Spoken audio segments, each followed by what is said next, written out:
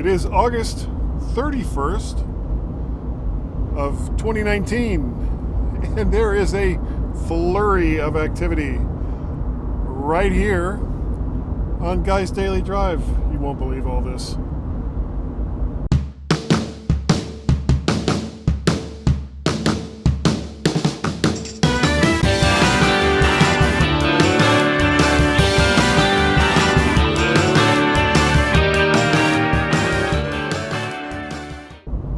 Okay, hey everybody, it's Guy's Daily Drive.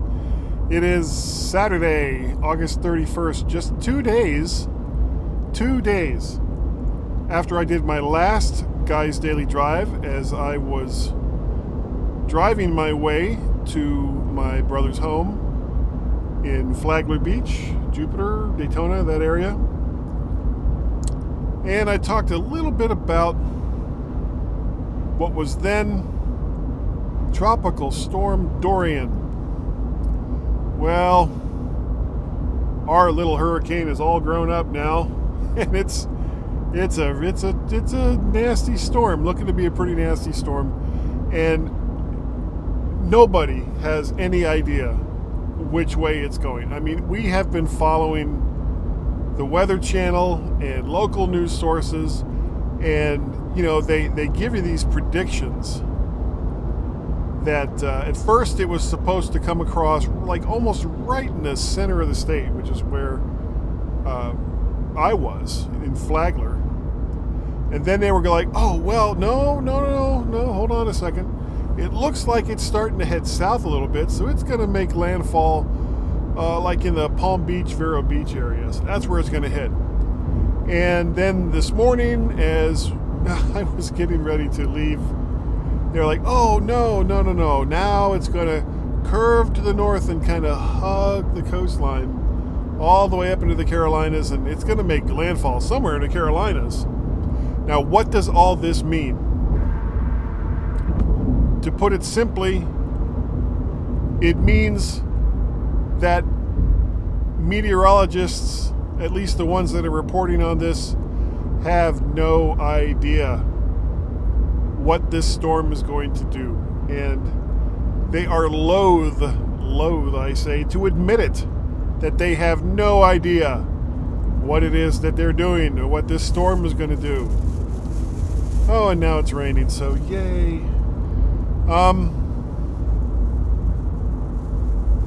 So here's the deal.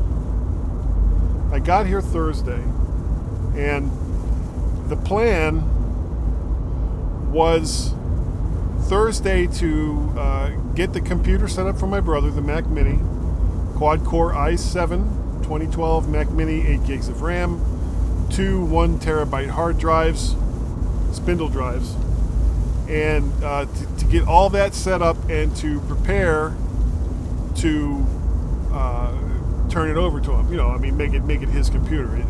There was stuff on the hard drives that was mine, just when I basically first got the computer, but I wasn't really using it for anything. So Thursday, and we're keeping track of weather reports as we're going along. Thursday we go over to Best Buy and we pick up a 27-inch monitor for the computer. Hell of a deal. It was an Acer monitor for 27 inches for $130. I mean, a steal. And it's a nice bright monitor. I'm very, very pleased with it. I wish that when I had gotten my 27-inch monitors, that those had been that cheap. Watch out, vehicle stopped on shoulder ahead. Okay, it's Florida. There's always vehicles stopped because nobody takes care of their cars. Nobody knows how to drive. I was talking to my brother, and he said that when you cross the line into Florida, you lose half the brain cells that you use for driving. And based on what I have seen since I started driving, I have to say I gotta kind of agree with that. And I'm not excluding myself from that either. So we get the monitor, we get the computer set up, I had gotten him a 1 terabyte SSD from OWC. I installed that and then downloaded Mojave through Apple's site. What do they call system recovery? Whatever they call that. And it put on a nice fresh install of Mojave. So everything was brand new. So he had 8 gigs of RAM in this machine, which is plenty. A 1 terabyte SSD, and he was using in his old system about 100 terabytes. I mean, really, nothing much. So a 1 terabyte drive was plenty big. And then we got to work. I started explaining to him how to use a more modern Mac than the 2011, and it's just a year older, but he was still on High Sierra, and his iMac, which was a Core 2 Duo iMac, was, I don't even know what that was on. It was 10.6, maybe Snow Leopard, I think, or the one right after that. Really, really old. And he wasn't aware of some of the newer things that the Mac OS had been doing for a while. Vehicle stopped on shoulder ahead. Thank you. So we started getting that set up, and one of the other things I did was I explained to him about cloud storage, how between his MacBook Air and the newer Mac Mini, that if he kept most of his documents in the cloud, and he has a Microsoft Office 365 subscription, so there's no reason why he hold on just a second. I gotta give this thing some power. Run it. Okay, I think that's gonna work. So I don't know if that's gonna work or not. We'll find out later. So I'm setting all this up. I got Carbon Copy Cloner on this machine, and set it up to do a nightly full backup onto the spindle drive. Put that into 2 500 gigabyte partitions, because he's only using like almost nothing of what he already had, and then set up the other time machine. The other partition, another 500 gig partition, as a time machine. Come on, let's go.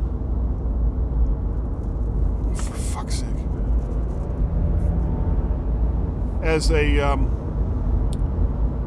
time machine backup. Sorry, I'm a lot busier driving than I usually am, and you would think it would not be that complicated because I'm on an interstate highway, but this is Florida, so everyone drives like a freaking maniac, and you really have to. It's actually quite stressful that you have to keep an eye not only on your car and on the road, but on every single car that comes within your zone of influence. You have to watch them all, because people will just do the stupidest crap, and that's what's been going on here. So, but we got his Mac Mini all set up. I'll do another one of these on the way home. We got his Mac Mini all set up, and then he started talking about, well, here are the things that he does. He was using an older version of Adobe's CS Suite, CS3, and I had to explain to him that that's just not going to work anymore. He had it on his iMac, the Core 2 Duo iMac, but he wasn't going to be able to push those programs forward onto another machine. There was just no way. So I got him looking at 2 different programs, at Acorn and at Pixelmator, which for the things that he's doing with layout He's using InDesign CS3, but his layouts aren't that complicated. You know, it's not like he needs pixel by pixel control and all the rest of that. So something like Acorn or Pixelmator will do him just fine for laying that out and making sure that, you know, everything is there. So that's what those were some of the things that he was doing. Now, if I'd had more time, I would have made sure that his music, because he has a lot of music on on the iMac, but it was he purchased it under a different iTunes account, which means he can't really port that over. You can't just transfer the stuff that you've bought in one iTunes account to another iTunes account, even though that's like something everybody would wish they could do, but you can't. DRM, don't you love it? So anyway, as time went on, it was obvious that the storm was going to get worse and worse and worse, and they were talking like Category 3, Category 4, which is really something, you know, I mean, Category 1 and 2 hurricanes are certainly, you know, these are large and powerful storms, but once you start getting into Category 3 and above, you've really, really, really got to think about what your next steps are going to be, because these are life-threatening storms, and if you can't take them for granted that everything is going to be just okay, because it doesn't work that way. So my flight out was Tuesday on September 3rd, but it was being said at the time that the airport was going to close on Monday evening. Who knows when it was going to open back up again, and I didn't want to be stuck at the airport with American Airlines telling me that they've canceled the flight because of the weather. So I decided to be a little proactive. And originally, I don't know if I already talked about this, I was going to take the rental car that I had, which was from Easy Rental. Do not use Easy Rental. They suck. They so suck. It's a low price, but they're just awful. And it's not the people who actually work at the desk and all that. It's not their fault. It's just the corporate policies of this company as a car rental company just, in my opinion, suck. And I will never use Easy Car Rental again. They wanted to charge me. Now, originally I was just going to take that car that I rented from them, drive it north to Raleigh-Durham, which was the closest airport that they had an office at to where I live. And they said, sure, you can do that, but it's going to cost you $750 for a one-way rental. And I was like, you've got to be joking. You know, that can't be a real thing. And it was. So it was like, okay, then what I'm going to do, I'm going to bring your car back early so you won't get any extra money, and I'll get something else, and I'll drive that home instead, which is basically what I did. I got a one-way rental from Alamo, which is what I'm driving right now, and I'm winging my way home. So there's so much more, but I don't want to make this super long. I may actually do one later on if I get bored as I'm going down the highway here. But maybe not. Maybe I'll just wait until tomorrow, where I hope to be able to finish the drive to Northern Virginia. But if you would like to contact me, you can do that via email, guy@mymac.com. If you would like to see some of the other stuff I do, there's the MyMac.com podcast, which I won't be doing this weekend because I'm out of town, obviously. I've been doing that for a very long time with Mr. Gary Gazmaz Malpaz. And I don't know if he's doing a show this week or not, but he's my partner in crime for the MyMac Podcast. On Wednesday nights with Warren Sklar and David Ginsburg, I do the Mac to the Future livecast over there on the Facebooks. And of course, right here, Guy's Daily Drive, that I do whenever I have time and I'm driving. So that's kind of how that works. If you'd like to donate, to help me keep doing these simply insane things, you can do it in one of three easy ways. You can do it through Patreon, become like a monthly subscriber. There's a couple of rewards programs in there if you're interested. Patreon.com/MacParrot. You can do it through Ko-fi, ko-fi.com/MacParrot. And the brand new one, paypal.me/ wait for it, MacParrot. So I think that is going to do it for this edition of Guy's Daily Drive. Thank you all for watching and or listening, and I'll see you next time.